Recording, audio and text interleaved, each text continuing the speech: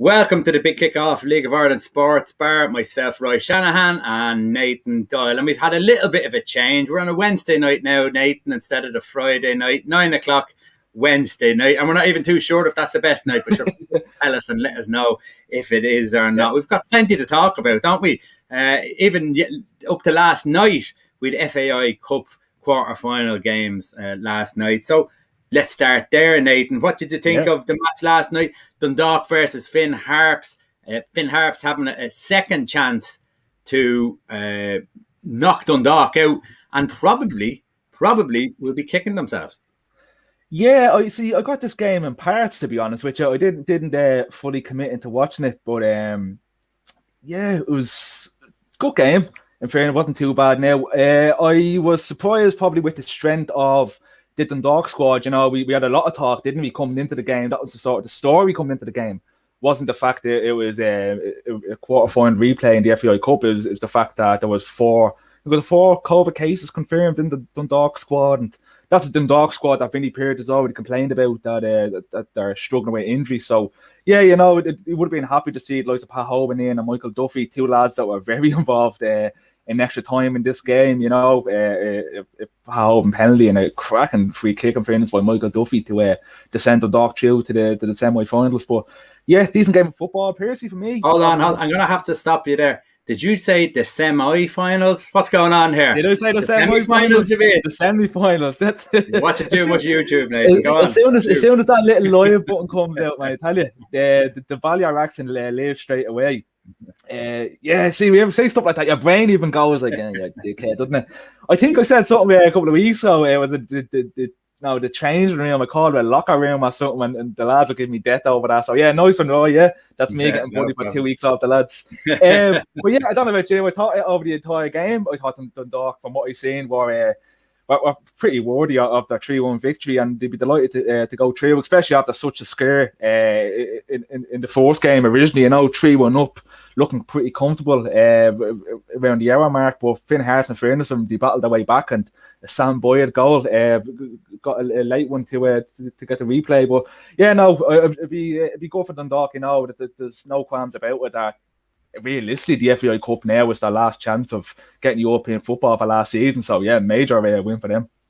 Yeah, the reason why I thought it might have been a bit regrettable for Finn Harps is because they, with a man sent off, they got themselves the replay, and then with injuries in the Dundalk camp plus the COVID cases, this was probably the best time for them to strike and to get themselves in a semi-final, as you would call it. Yeah, it did, didn't it? Yeah, one win away from the finale.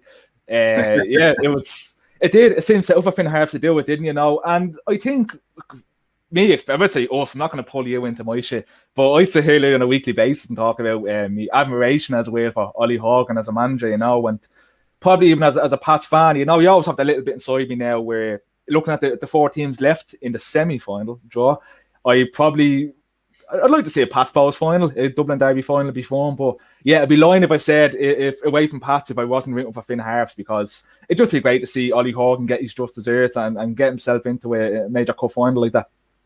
Yeah, but it's not going to happen this year, and Dundalk have made sure of that.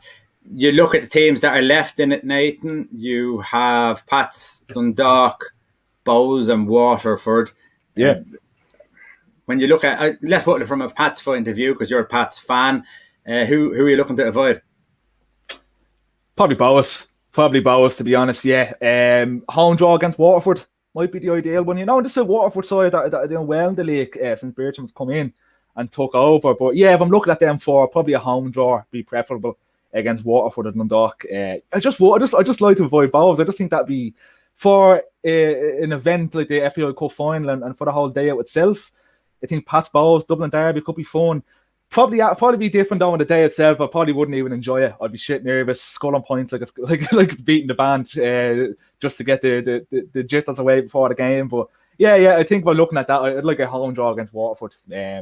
Watch now, look, Pats get Waterford and you get spanked or something now after me saying that. Do you think Bows are the favourites? Do you know what? I was not listening back, but I remember we had this conversation, didn't we? when the preliminary rounds of the FAI Cup started, and we were picking out our favourites. And I actually said Bohs. I think Bohs will go all the way, and they were just fancy them. It's just a squad that you have there, and even watching them against Derry City the other night, and I know they just about grabbed a draw out of that game, and what was actually a brilliant match to watch. Just a squad that you have there, man. It's unbelievable, isn't it? I think even just got off point for a quick little second. Even looking at them going forward next season, we talked about Derry City on last week's show, and probably the financial backing that they'll get next season. But you look at that Bow squad, if they can just keep a hold of the nucleus of that squad there, maybe add in a centre half. People like James Findy can be a little bit of a mistake in him every now and again. Add a centre half, maybe a backup striker to go with Gorgie Kelly. But if they can keep the likes of, like Kelly and Tierney and Barrett, even Devoy, Q, Buckley, half the team that they mentioned there, it's the strength and depth with Bohs is absolutely fantastic. And yeah, they're definitely the ones to watch now in this competition. Pats have a massive game on Friday coming up, absolutely massive game against Shamrock Rovers. Probably make a break in terms of if Pats are realistically going to win the league, they're going to have to be Shamrock Rovers here to do it. So yeah, if Pats are unlucky on Friday and don't come out with a result yet, it's going to be going home, I'm sure, on the FAI Cup, because it's important now for both teams, probably more so for Bohs, to get a bit of silverware, isn't it? We've talked about how much of a good job Keatlon has done. He loses his best players constantly, but he turns out these young lads are absolute gems of footballers. But I think it's time now for Bohs to step up and to win a bit of silverware, and just to justify everything that Keatlon has done at his tenure. Yeah. We talked about Gorgie Kelly. We talked about him at the start of the season. Last year, he failed to deliver for St. Pat's. Yeah. The start of this season, he didn't start off flying, but obviously that kicked on. Do you look at Gorgie Kelly now? Do you see a striker that you think is going to be consistent? Do you think that there's a striker here that's going to be in the league and could dominate in this league? And the last question on that is, if you have Pat Hooban or Gorgie Kelly, who do you put in your team? I suppose, to answer the first bit, I think he could. I think, in fairness to Pat, you know what? I'm actually glad I talked about Gorgie Kelly now. I was listening to the Alan Cawley podcast this week, and Georgie was actually on it, talking about his whole career and how under Dundalk, there was really a 2-year spell where he didn't play a full 90 minutes. He was mostly coming off the bench, and when he did start a game, he got taken off. Then he sort of attribute that to his downfall at Pats, that he just wasn't up to that 90-minute pace that he was expecting. And even at the start of this season, he said that fitness of over 90 minutes was the issue. But yeah, we've seen it, everything that we've criticised him for in terms of his movement, his physicality in the box, for such a big guy, such a young guy as well. It's by looking at him, we do think he's older, but he said in the podcast he's 24, and I was like, Jesus, I'm older than him. That's mad. We just see him just with the haircut and everything. I don't know, it's just me. But yeah, I do. I think there's a player there. The confidence is there now. The confidence as well of the lads around him. The service that he gets into that current Bohs team at the minute. Yeah, there's no reason why he can't go on and do well in this league for a number of years. I know we talked about him possibly, getting into the Ireland squad. Look, that could come over the next year or two. I'd have other lads in the league around him in terms of hot properties and getting moves away to England or Scotland if that's what they want to do. But yeah, look, actually not to dodge your second part of the question, but at the moment in current form between him and Hoban, yeah, you had to go with Gorgie Kelly, wouldn't you? You really would. I know Hoban has that big game experience, and his league forward record speaks for itself. Absolutely fantastic striker for not only Dundalk but for the league as a whole. But yeah, it's hard to look past Gorgie. Himself and Mark Doyle, the two best strikers in the league at the moment, and it's them two and Collie O'Neill for me down in the 4th division, absolutely immense. Yeah, now, I just want to touch on Dundalk because, as we've said, they're through into the semi-finals. This was not according to Bill Hulsizer. It's not the only way they're going to have a chance of getting into Europe, but I think he just hasn't got it yet, has he? No. They're down there fighting relegation. He still thinks they can have a chance for third, but that just shows you that the lack of knowledge of the game. But when you look at Dundalk now, again, we've talked, Patrick McElhenney has left more or less at the end of the season. He's going to Derry City. There's talk about Duffy now going to Derry City. And Derry City obviously have a few quid behind them, as we talked about in last week's podcast. the Big Kickoff League of Ireland podcast. What does this tell us about Dundalk for next year? Because that's two players who, even this year, still have been effective for them. Yeah. Look, I still have been underwhelmed by Duffy over the entirety of the season. On his day, for me, he's the best player in this league, by none. Absolutely supreme talent. But it just shows that there's no enticement, isn't there, at Oriel Park anymore? There's no enticement for these big lads to stick around, you know. We've heard them saying that for months now they're looking to trim down the wage bill. They've come out and said that they're not going to offer any long-term deals to players. So, you know, if you were Michael Duffy, perfect example, you know, Dundee City coming in, more likely going to be a long-term deal that's becoming a regular thing. They showed the commitment with Rory Higgins and Raf Qatar up there, giving them long-term contracts when they came in. So yeah, there's just, for me, that's probably to simplify it more, so we can go into all the background of what's going on in Dundalk at the moment. But for the players themselves, just no enticement. And if someone else is going to come in like with a long-term deal, obviously with an improvement wages and full-time football, it's impossible to turn down. You know, people will always say at this level, a lot of footballers are mercenaries, but you can't afford not to be when they're playing, when they're literally playing to feed their families. Yeah. Liam says, worrying thing about Dundalk, they have all their best players at Dundalk, but end of season, nearly every player is out of contract. It is a worrying aspect, isn't it? That's the case. These are the players that have got them to the position that they were in over the last few years. They've given out longer contracts to obviously the new lads. So what does that say to, were they not in their plans anyhow? Yeah, first of all, good man, Liam. Fellow Pats fan is Liam.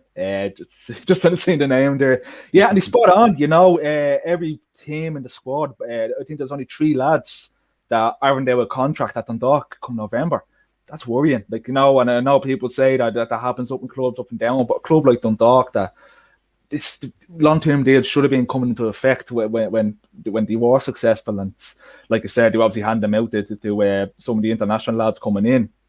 But yeah, it really is, isn't it? It's really, really a strange situation going on in Dundalk. You would worry about them. Because like that, in terms of next season, you know, Shamrock Rovers are going to be there. I talked about Derry, Bowes look good. Everything looks to be doing well at Pats. So yeah, it definitely does. Kyle says there we literally only have 2 players under contract next season: Andy Boyle and Ryan O'Kane. So even I was wrong. I thought it was 3, so there's only 2. Yeah, I'm baffled by what way Dundalk are going about their business now, because last year was so focused on progressing, making this team make the next step. Yeah, but they seem to be making a couple of steps. Yeah, a couple of steps backwards. And when you look at Shamrock Rovers, it just seems to be, as we said before, they had a project, they worked with it, they kept faith in Stephen Bradley for a long time, even when they were getting stuffed by Bowes in the local derbies. That could have put pressure on to getting sacked, but they stuck with him. They seen what was happening. You can see what's happening in the background with the academy, the stadium. Yeah. There's a focus there on working on that stadium, even though it's not theirs, it's more or less theirs, you know. So there's something there with Shamrock Rovers that is far and miles away a thought at Dundalk. It's just not a thought at Dundalk. Yeah, it's not, isn't it? Where the emphasis for Dundalk was seen to be purely from the outside looking in was European football, the aspect of making European football a regularity. Where, like we're saying with Shamrock Rovers, there's such an emphasis on the underage system. That's not there at Dundalk. It really, really is. It seemed to be very one-track goal, wasn't there? And that European goal was the be-all or end-all. I wonder there, just seeing the comment by Kyle, I've seen to be a Dundalk fan. I wonder, there's a lot of talk heating up now, isn't there, that StatSport are interested in coming in and taking over the club from Peak 6. So, yeah, for me, again, from the outside looking in, seems like a positive move. Seems like, local company that seems to have the heart, the better interest more so of the club at its heart, and to link up those community links within Dundalk town itself. Because the town, it's one of them towns around the country that it's a football or a soccer town at its heart, like Dundalk, Sligo in the league, that there isn't too many of them, so there's definitely the potential there to build up them community links. And yeah, I wonder if StatSport's coming in, obviously the build up of the Dundalk Supporters Trust as well, like these are 2 things for me that could be positives in this dire situation. Yeah. Liam says, I think Dundalk will go down the Cork route, basically. All the good players will move on and eventually get relegated in the coming years. I mean, it's not impossible. No, We've no. seen it happening. You see they're down there at the moment, so that's not impossible. Liam, might be a bit of wishful thinking on your behalf, but it's very possible. Surely it's not going to be a total clear. I'd like to think we'd keep a few that's there, says Kyle. Kyle, I'd love for you to know what your thoughts are behind, even when Vinny Perth come back this time. First of all, do you think Vinny Perth is the man for the job?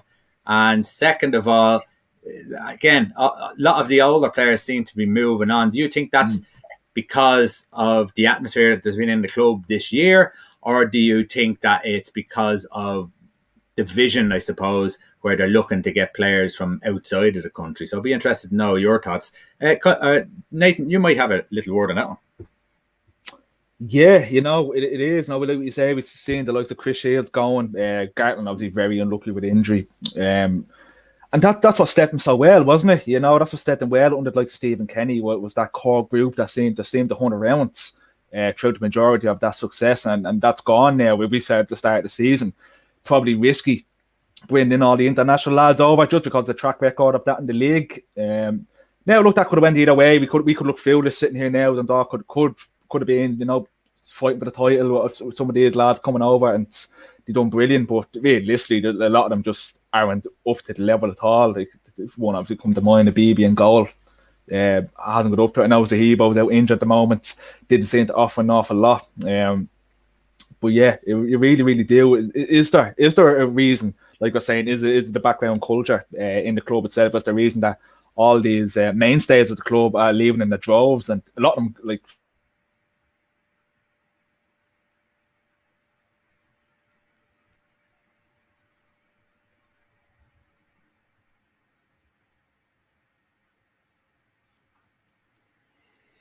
And Nathan seems to be gone there. Second, come back to us, Nathan. Kyle and Liam, you're going to have to help me out on this one. Liam says Dundalk are second bottom. If they stay in that position, they'll get a playoff match and stay up. I'm not too sure, Liam. I'm not too sure. We talked about this before as well. It's all about the momentum of a team. If Dundalk are struggling badly, yes, they have the quality of the players, and there's no doubt that they very well could go on and get that position, I suppose, sealed. But you look at it, a UCD, a Galway, depends how Shelbourne do, but you get one of those teams who are pushing hard, who are full of confidence. They finish off their season on a high, and Dundalk finish it on a low. And I mean, confidence, it's a big thing. It's a huge thing. It's something that it's very hard. You go into a game, say it's Galway, and Galway go 1-0 up, and that's another hammer blow for Dundalk after the season they have. And I tell you, confidence is a huge thing. So I wouldn't say no. You would think that Dundalk should sort of see that out. But yeah, you wouldn't be too sure. You wouldn't be too sure at all on that one. This weekend, Dundalk have Sligo. Again, this is the last round of games, I think, isn't it? We're into the final stretch now. So it'll be interesting again, Kyle and Liam, if you think that they can actually get out of that relegation spot, because that is a bit of a worry for Dundalk. You've got Waterford against Drogheda, Derry against Longford.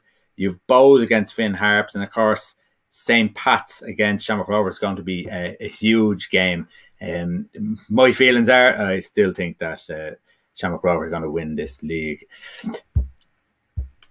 Kyle, I give Vinny next season. I'd like to see him make his own team. A lot of these lads aren't his signings, and I think the reason some might be looking to leave is the whole Peak Six circus, and I 100% agree with you. I think it's been a joke since the start. It made a mockery of it. The chairman, I mean, not listening to the coaches, bringing in coaches that,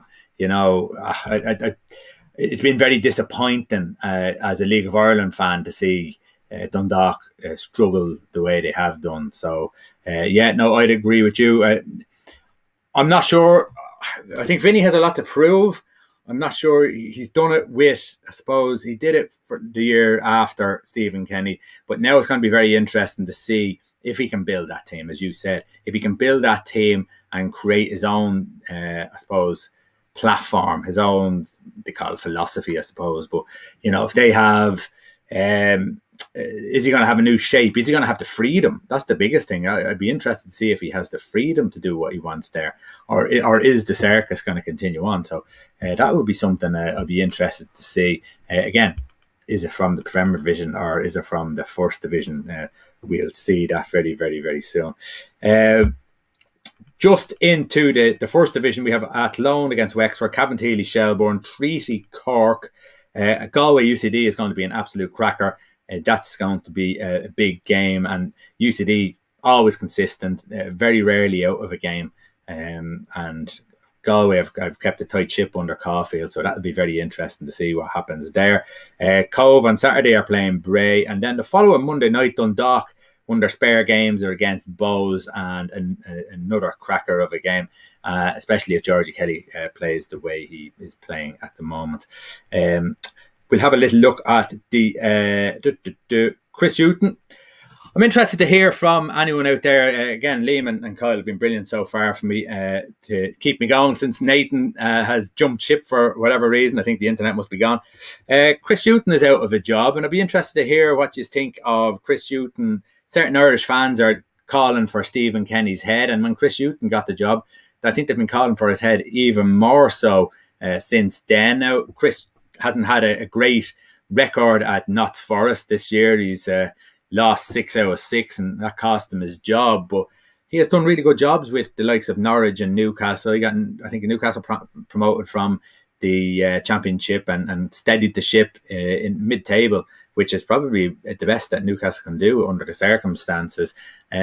People will say at Brighton that he Potter has come in and he's done a better job.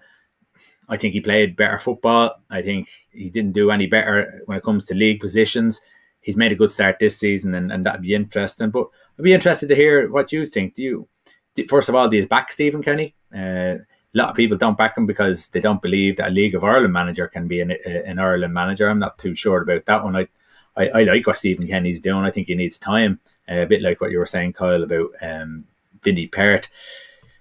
Chris Hewton, listen, if Chris Hewton, if the job was there, I'd have Chris Hewton in, absolutely. But the job isn't there, and Stephen Kenny he's done a really good job. I think, as in, he's trying to change everything over. The results are pathetic. The results are really, really poor, and we totally understand that.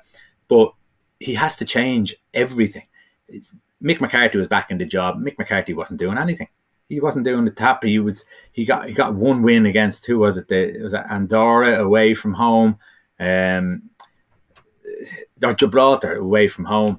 He was struggling in those games, and he wasn't able to cope with the lack of quality. Where I definitely think Stephen Kenny can bring the best out of these younger players, and I think he can help them grow.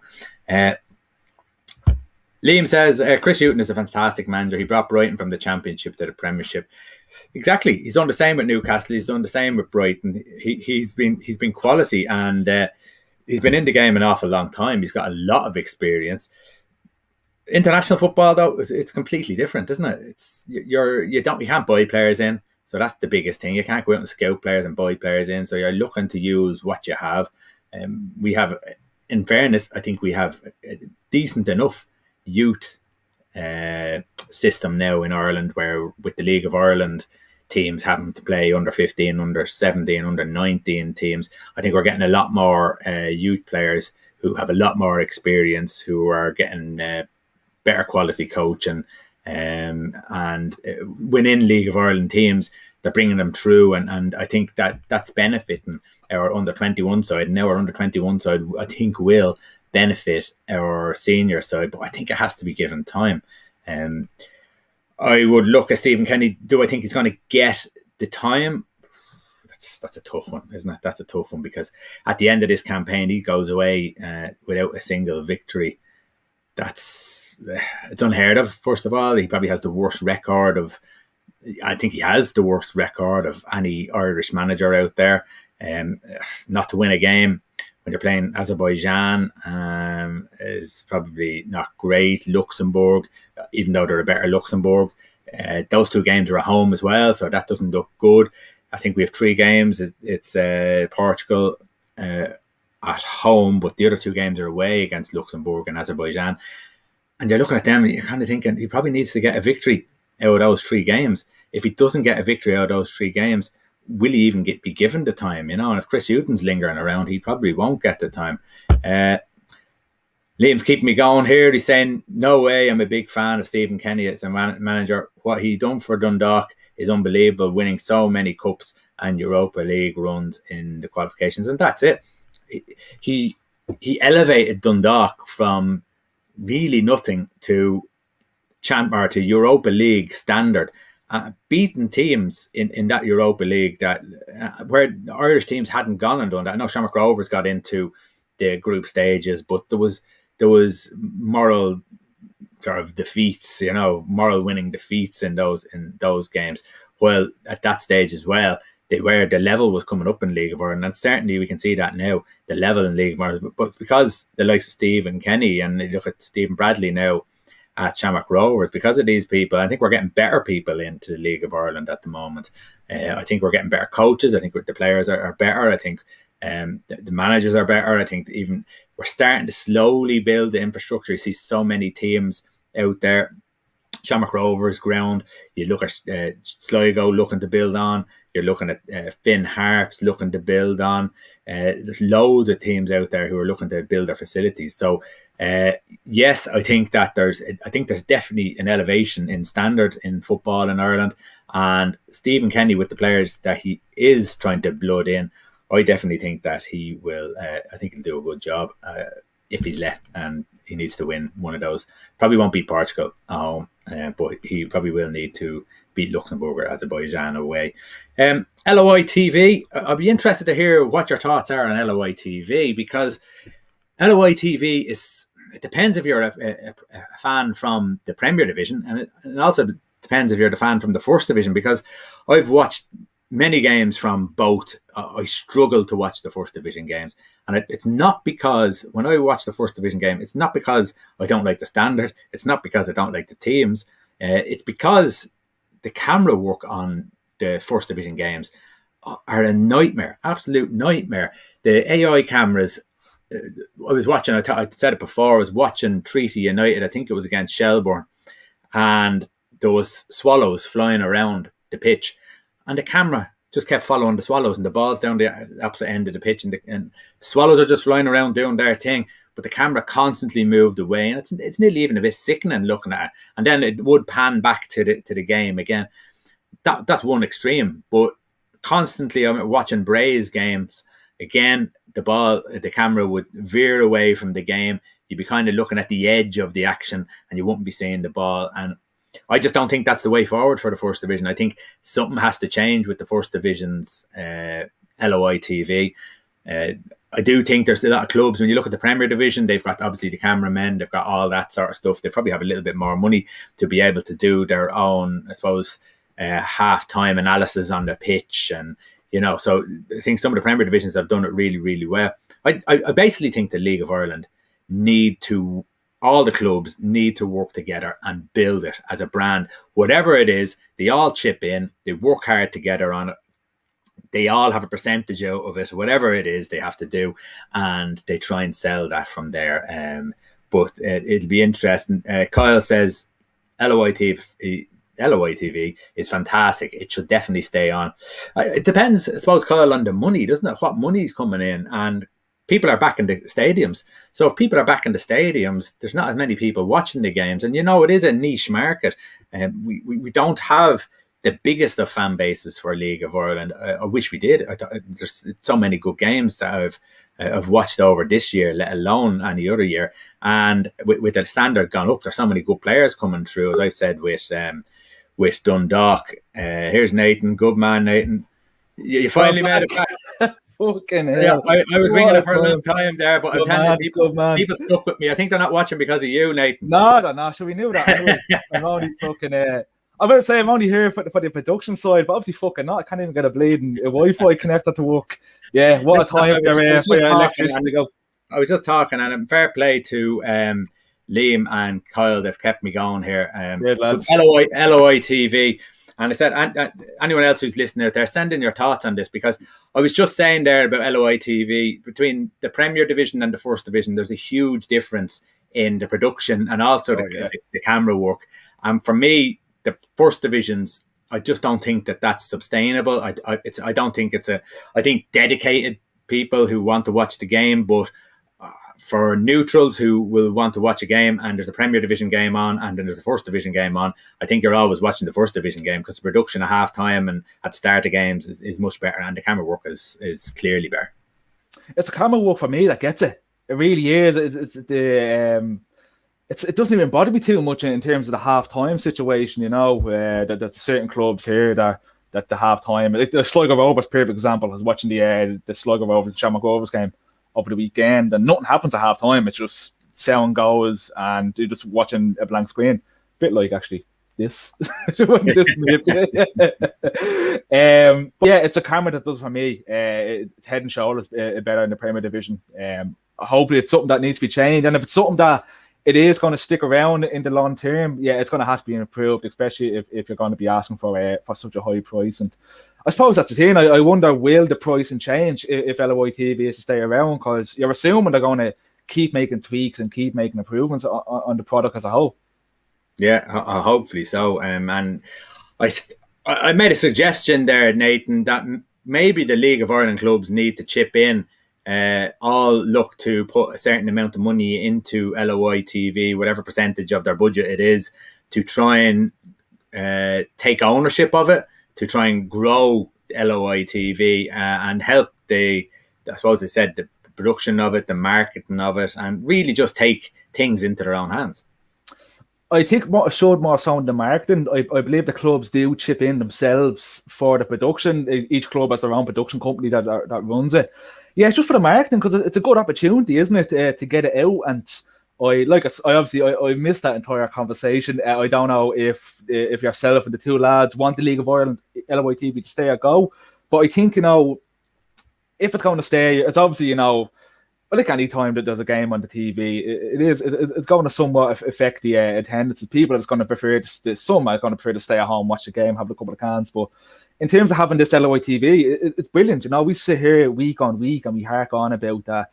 The more publication, the better. The more advertising we can get, the more television time we can get. It's great, and not only for that, now we have fans living abroad that they can't get the games anymore. It keeps them connected with the clubs. People just can't commit every weekend, whether it be work, family commitments, other commitments. You can't commit to going to home, especially going to away games. So it's a brilliant tool to have. It really, really is. And even around COVID, realistically, not everyone is as comfortable as we may be going back down to a large number of crowds. So yeah, if the clubs can't chip in, and more so in terms of marketing, get the marketing out there and make it profitable, make it interesting to people, it can be an absolute brilliant tool for the league to have. Yeah, and with so many, as I was saying, I'll just read what Liam said. I'll come back to the youth players, but keep LOI, it's brilliant, and the streams work flawlessly. I won't agree with you on that one with the First Division, but I do think it is brilliant, Liam. I'm a big fan of it, so am I. But I go to the Pats games, but for other games, I'll watch LOI. And listen, I would 100% say if you can get down to a match, go to the match, as much as you possibly can. But as you said, Liam, you do want to watch a game sometimes. And what about the structure of what way the games are, Nathan? On a Friday night, all the games seem to be on Friday night now. They have some of the games on Saturday. Is there a different way that the league could structure it so people could see more games?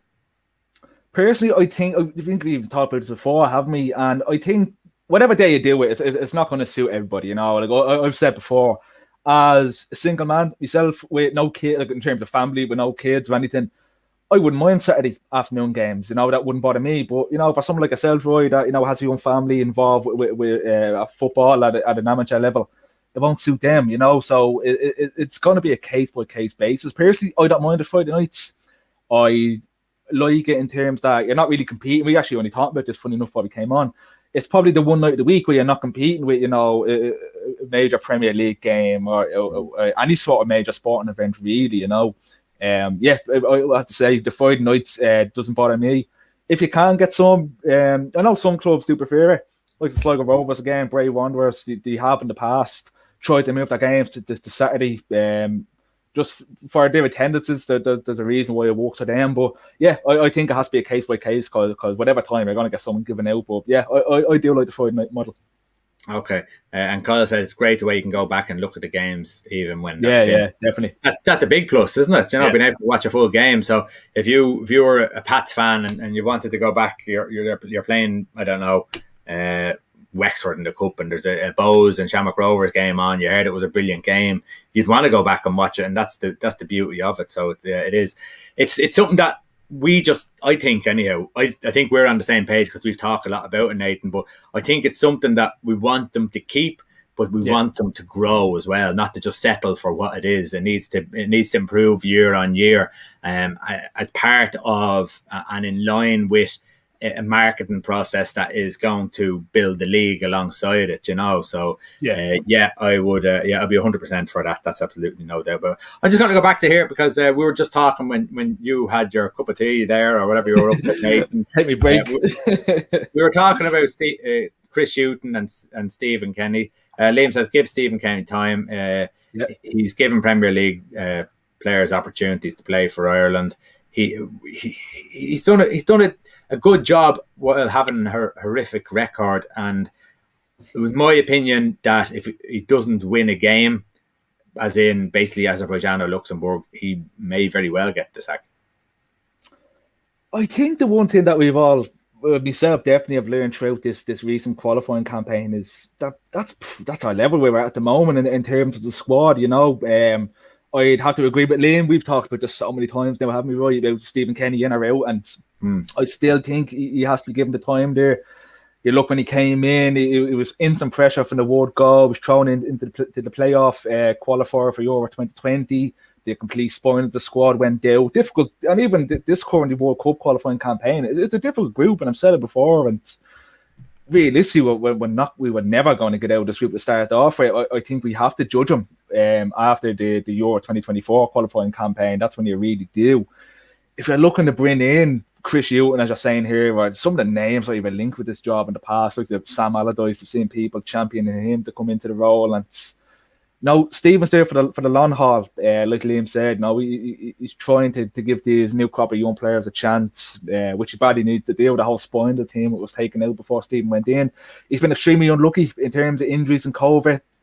Some of the results were terrible at the Luxembourg game. You can't defend it. I am a big Stephen Kenny defender. You really cannot defend that one.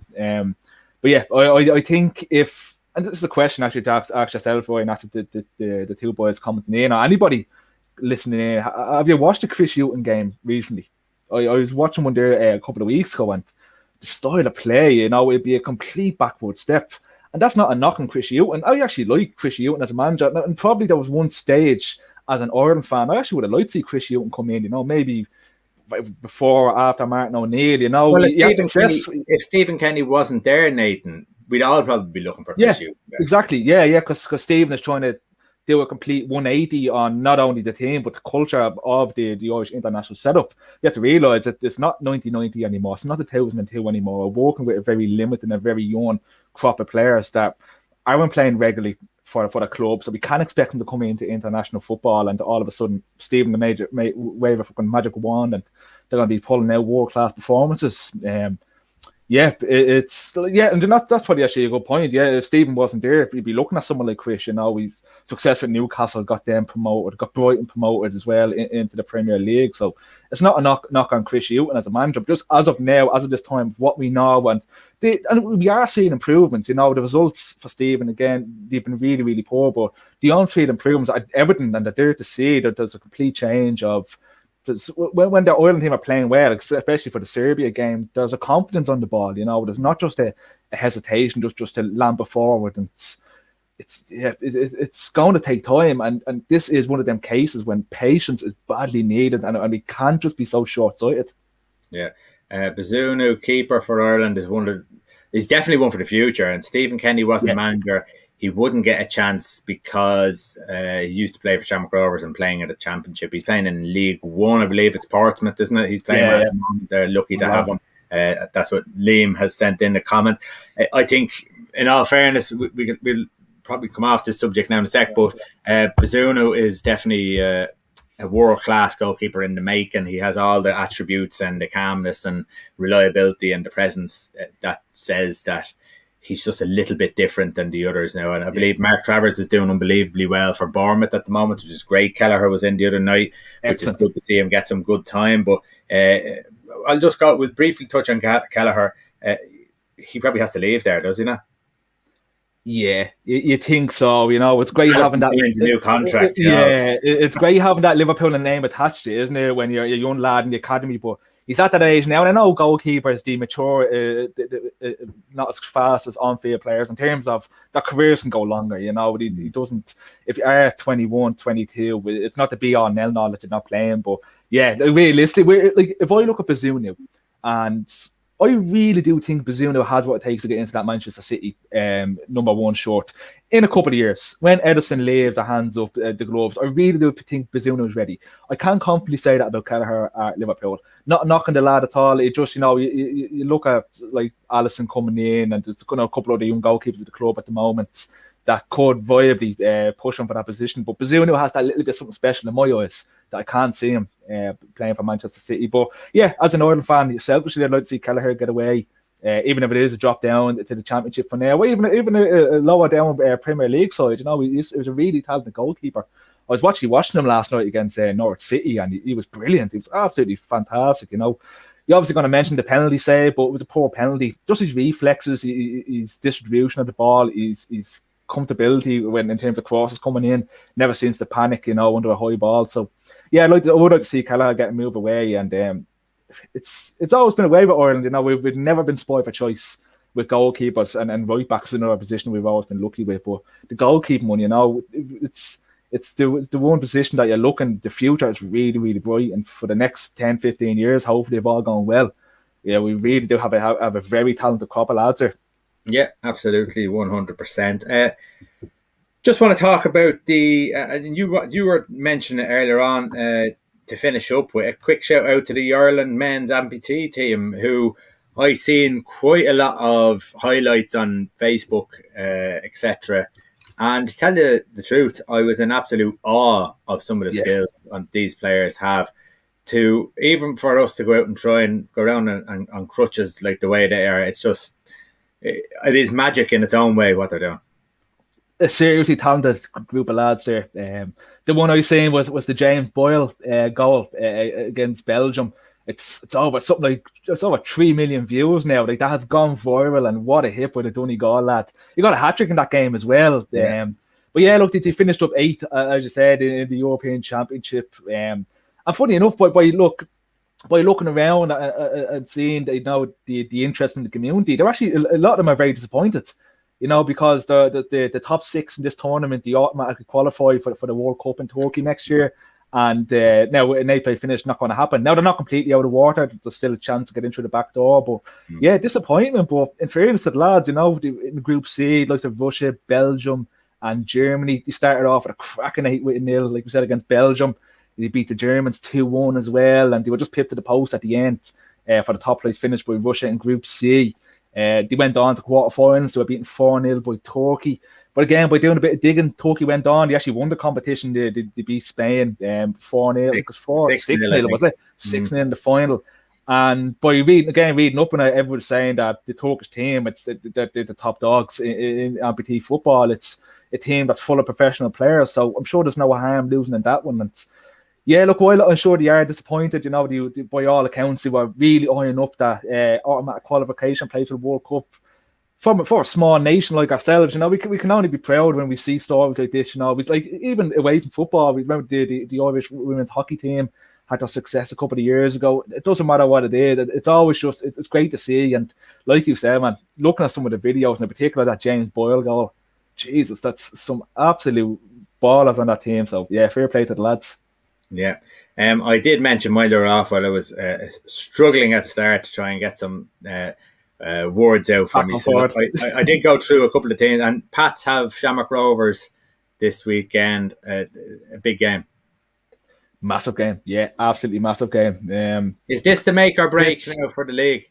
I think so. Yeah. I was listening to the St. Patrick podcast up, and you're always going to get it from the manager. They don't think it is. They think that Shamrock Rovers can drop points, which you could do. But yeah, for me, it's definitely make or break. Put some serious pressure on. Just for Shamrock Rovers having that extra game in hand, that's going to play a factor. Again, Pats of a side that's struggling a little bit with long-term injuries, that's going to come into it for Pats. Huge game. It's a sellout. 250,000 Pats fans going to be there. So that's great to see from a Pats point of view that there's no way allocation at all. The Pats fans got in there and flooded up the tickets. Yeah, absolutely massive game. It'd be interesting to see though. It's Pats have been unlucky this season in terms of coming up against Rovers. They haven't beaten them the open day of the season. Finished up 1-1, and Pats were unlucky there. Extremely unlucky. The first game in Richmond, they got beaten with a last-minute Danny Mandrew goal, a mistake by Lee Desmond, which is something you never see. Now look, do that game in Palace Stadium. They were a better team than Shamrock Rovers. Again, you can talk about the thinness of the Pats squad, but Rovers would do excellent on that night. So yeah, I just wonder if I'm looking at it, if from a Pats point of view, if I'm looking at it, probably not a weakness, but a little bit of a chink in the armour of Rovers. It's the defence, that defence. You could usually, at the start of the season, you could usually pick out who's going to be there, but Sean Hoare out injured. Lad Cotter, Ben Cotter coming in the past couple of weeks. He's done well in friends against Sligo Rovers, So yeah, there's a new face there. Looks like Sean Hoare out. So well, that consistency in that back line is a little bit gone now. So if I was going to pick up one position that Pats could get out, it would be that. It'd be interesting to see if Darragh Bones is going to start for Pats. He was excellent against Wexford last week, got 2 goals. Really could have got a hat-trick. Pats got a penalty in the last minute, and I thought they would have let the lad take it to get his hat-trick. But yeah, huge game with some massive title implications on it. And I look at I'm really intrigued by the whole Dundalk thing. They have Sligo on Friday night, while Waterford have Drogheda. Now, Drogheda can be hot and cold. You don't know what Drogheda is going to turn up. So there's possibilities there for Waterford. Dundalk have a tough game against Sligo. They could lose ground on Waterford on that one, possibly. Yeah. But, this league is the way it is because you don't know what's going to happen there at all. But there's possibilities there. But even if they don't, they have their game in hand at Nathan on Monday. And that happens to be against Bows. So it's not getting much easier for them. And all of a sudden then they'll be level on games and could even be worse off than the point behind there at the moment. Yeah, that's a difficult run of games there, isn't it? Because Sligo, that there's improvements being made there as well. I know we've said it before, and there's no ground about Dundalk in a serious relegation battle here. I suppose for yourself and people watching in, if we're going to make a wide prediction, do we think Dundalk will finish up in that playoff position? I can't see why they wouldn't. It's not that they can't. They're as good a chance as any of the others getting out of it. It's just that their confidence has been knocked so badly. That win the other night will have done them the world of good. Yeah. The only thing is that they have so many. What would you say? So many injuries. Yeah. So many people looking outside of the club. You look at McElhenney and Duffy. Again, Duffy played great the other night, but is he going to start to have one eye? Oh well, I'm out of this. Something's not going right. I'm out of here anyhow. So, I'm not. He's probably an honest player. I'm not saying that, but sometimes the mind can, go in strange places if you're not going to be there. So, I just don't know. I think that vibe, well, it's not as bad as it was at the start of the season. It very well may be there. And Kyle says the exact same thing. We've got to get 4 points at least from Sligo and Bows. And I think he's right. Yeah, big time, I think they're looking to get 3 points out of them too. It's a Sligo Rovers game, but that's a good Sligo squad there, It is. It's a really good Sligo team. Difficult to beat. But going back to Dundalk, and it's just if you're looking at the league forms of Dundalk, Finn Hart and Waterford, that's what's Dundalk, 6 games now without a win in the league. where Harps and Waterford, while they picked up defeats, they haven't been on that bad of a skid at the moment. So yeah, it's strange even talking about Dundalk, isn't it, in this situation again. It really is such a fall from grace from the past couple of years. But yeah, I'm the same as you. I just wanted to get someone else's interest as well, because I do. If I was to go in tomorrow and put money on it, I think it'll be long before they're gone, and we knew that from a long time now. But yeah, I think Dundalk will find themselves into that playoff position, and once you're in there, who knows? Because we've said it before, that playoff final, that usually does favour the first division team with a bit of momentum under the belt. Yeah, I said that as well when you were away. I say a lot of these things when you were away, Nathan. Unfortunately, I have to do it on my own. I have to keep trucking on. And again, of course, with the first division, Shelbourne top by 10 points. Very hard to see Shelbourne lose out that now, and it should seal that top spot. But very interesting after that. UCD on 39, Galway 39, Treaty on 37, and even Bray on 33 as we get closer and closer to the end of the season. And with the games, the first division at Lone, Wexford, Cabinteely, Shells, Treaty and Cork, Galway, UCD is probably the big game, Cove, Bray. Galway and UCD would probably be a good game to watch. Yeah, that'd be the one, wouldn't it? That's the one. And only 5 games left in the first division. So, they really are coming down to the nitty-gritty of it now. Like I was saying, Shells, yeah, I think that the title is all but theirs. UCD, Galway, I'd love to see Treaty do it, I have to say. From how well they've done this season, they've been absolutely fantastic during the first year, and all credit to the club as a whole for not only the squad they were able to assemble on such short notice, but the run of form they've gone on, they've been absolutely immense. So, yeah, fair. Kyle, yeah, that's a good one. It's going to be tight. Yeah, UCD, Galway, Treaty United. It really, really will be. Yeah, but it's UCD again, though. It's always, I tend to forget about them when we're having these conversations of, picking predictions of people to go up and to win the first division and stuff like that, But geez, them lads, the goal scoring record is absolutely fantastic, isn't it? It really, really is. It's But yeah, I think if we had, we'll be looking at the likes of UCD in Galway, but I'd be lying if I said my heart doesn't want to see Treaty United. It's just after the season they were to happen, because myself and a lot of people, we had them as probably in the lower half of the table, but now they're up there rubbing shoulders in the upper echelons of the league, and rightfully so, and rightfully deserved. Yeah, and Kyle believes Galway will make that playoff final, and you could very well be right. Liam says, I think with the world-class players Dundalk have, something is wrong. Dundalk players want out. That's my opinion. We agree with you, I think, there. I think I can speak for both of us there, Nathan. And Nathan, thanks for the shout out. Much appreciated, man. Listen, thanks so much, everyone, for listening. We have this on instead of the podcast this week, and hopefully we'll get the two of them back again very, very soon. Wednesday nights, we'd love you to be able to join us every Wednesday. Encourage other League of Ireland fans to join us as well, and really get the debates going on what is the league that we love, the greatest league in the world. Liam, thank you very much for your time and the energy you put in as well. For you, Kyle, really appreciate that. And Nathan, thanks very much for your time. Cameo appearance. Even though it was limited, yes. We'll talk to you again.